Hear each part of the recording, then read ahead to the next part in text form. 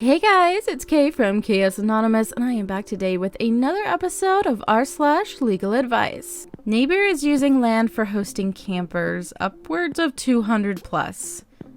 We live in a suburban area where all homeowners have a minimum of 1 acre. The neighbors who live next to us have decided to start posting their roughly 10-acre land on a website, omitted the website name, to attract campers who pay to stay the night on the property.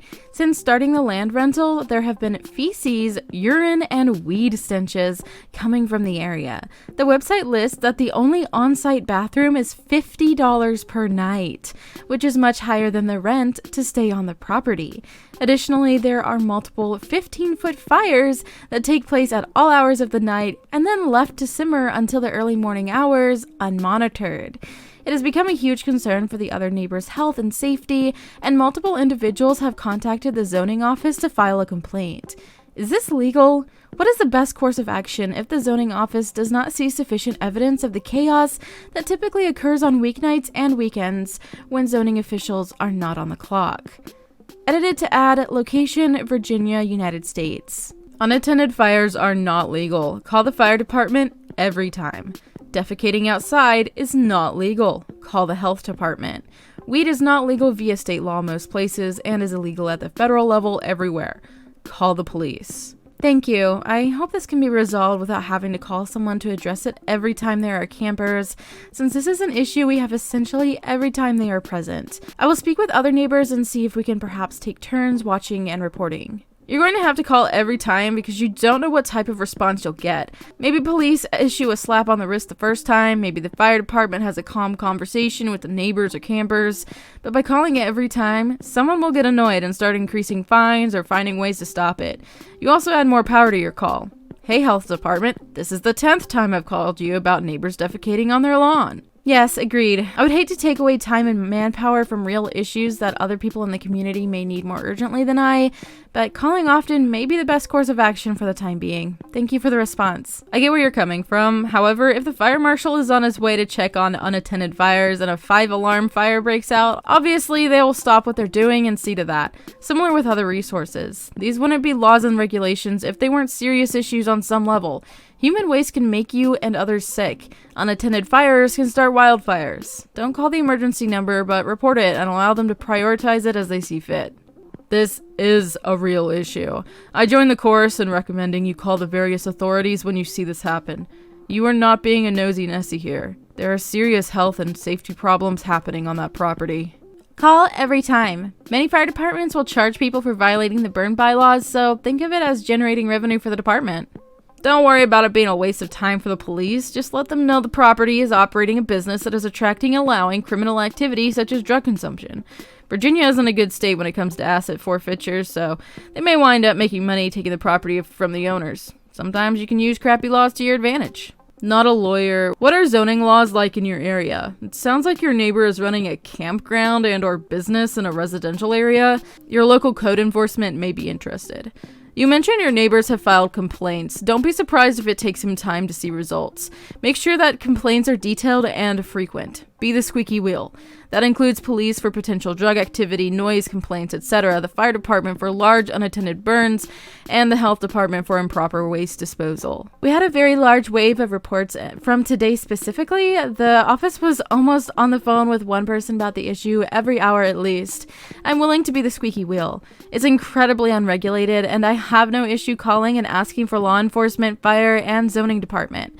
I don't believe zoning department has any official regulations in place at the moment pertaining to camping rentals. This is a huge gray area with these land and home sharing websites.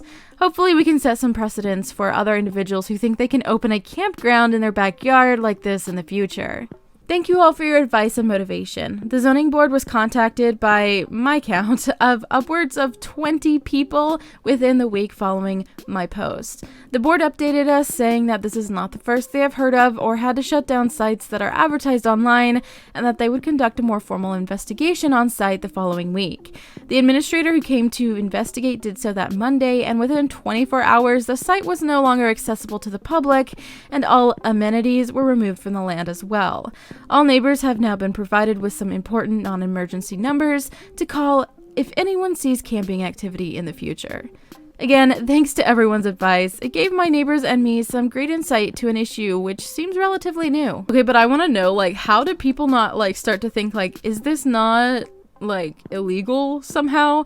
First of all, I get that they're in an area where people have, like, a minimum of 1 acre, but I lived in a house that was on a half an acre. So if I were to mentally double that, you know, I can still see other people's yards pretty clearly. You know what I mean? Like, you can tell that you're, even if you have a bit of land, you can tell that you're in a suburban area. You're like in a neighborhood. Like, you can tell these things, right? Like, I don't understand why people are looking around being like, you know, this is kind of weird. Instead of a house, we're coming to a plot of land that looks like, you know, there should have been a house, but we're gonna set up camp.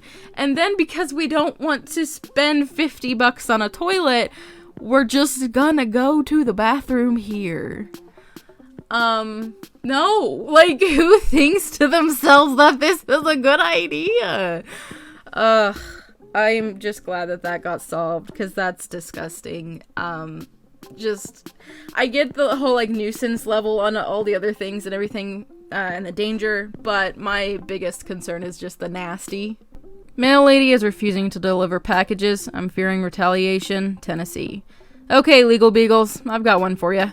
My previous mailman recently retired after many years of service. This dude was awesome.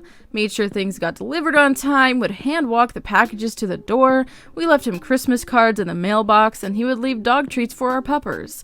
All around good guy.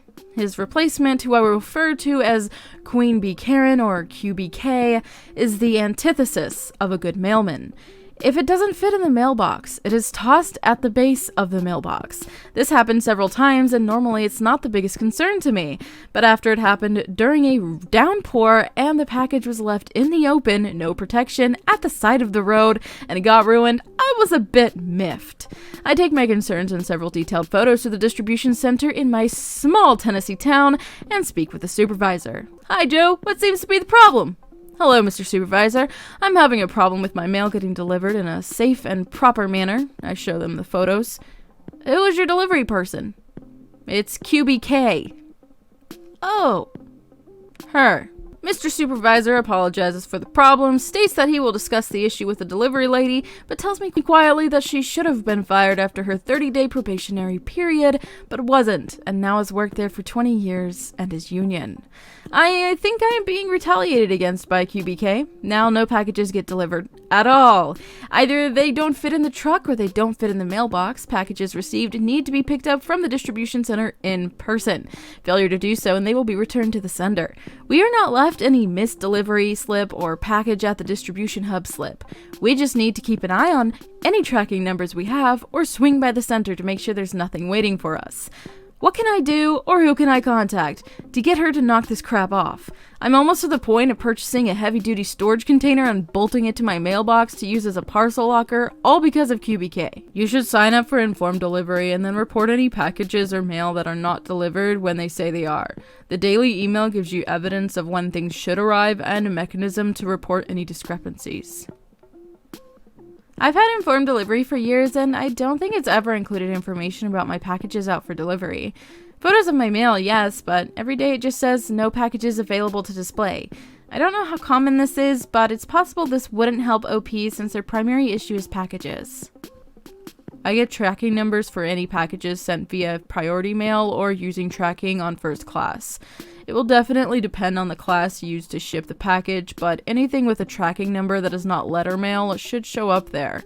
I've used it at 2 suburban addresses in major metro areas. Results may vary at different places. 1-800-ASK-UPS. File a complaint and continue to do so for every incident until resolved. Calling this number takes it above the local level and makes them accountable.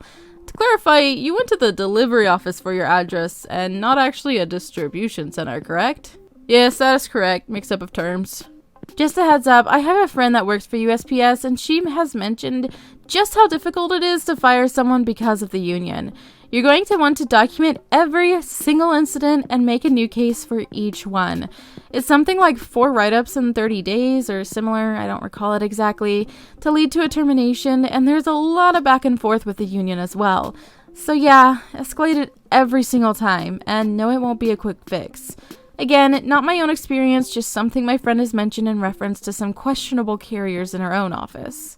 Lodge a complaint with your Postmaster General. If contacting the postmaster and OIG doesn't work, try getting your member of Congress involved. Look on their website for information on constituent assistance. Their staff can often resolve issues with federal agencies. You can also file a complaint with a postal inspector. They will open an investigation if your packages are being damaged through negligence by the carrier. I would get your local postmaster's email address. This is extremely effective and you have evidence in writing.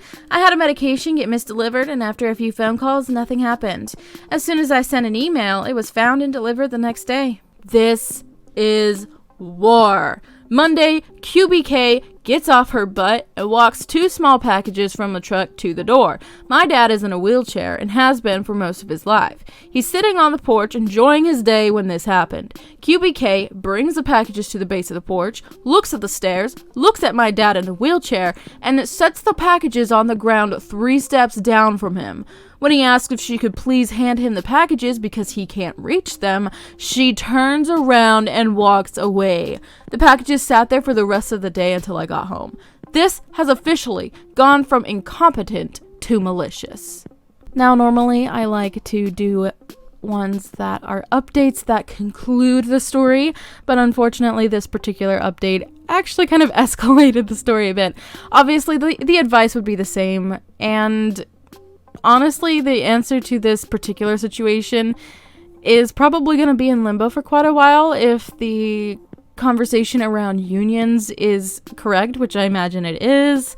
This lady is so spiteful.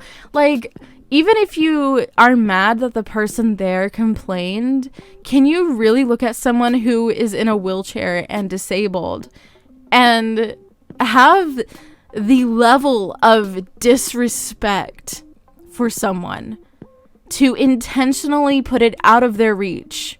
Intentionally out of their reach. And when they ask you to pick it up and hand it to them because clearly they are not physically capable of getting it themselves, you turn around and walk away. That is not just like a rude person or like someone having a bad day at their job. That is just, to me, that crosses the line. Like, I'm sorry, that like really makes me angry.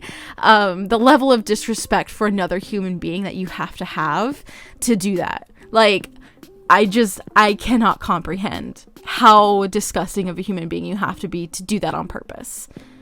It's not like it's just inconvenient for him to get. He is not physically capable of getting it, and you clearly can guess that.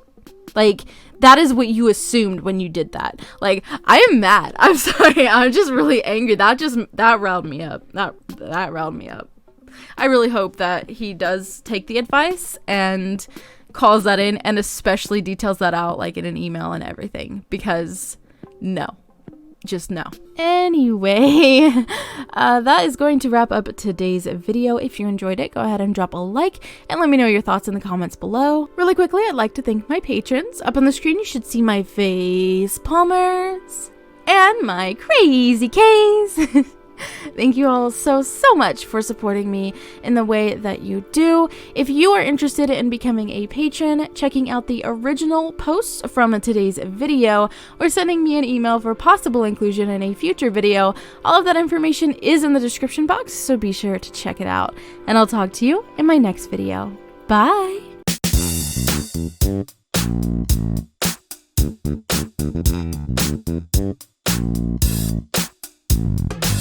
Thank you.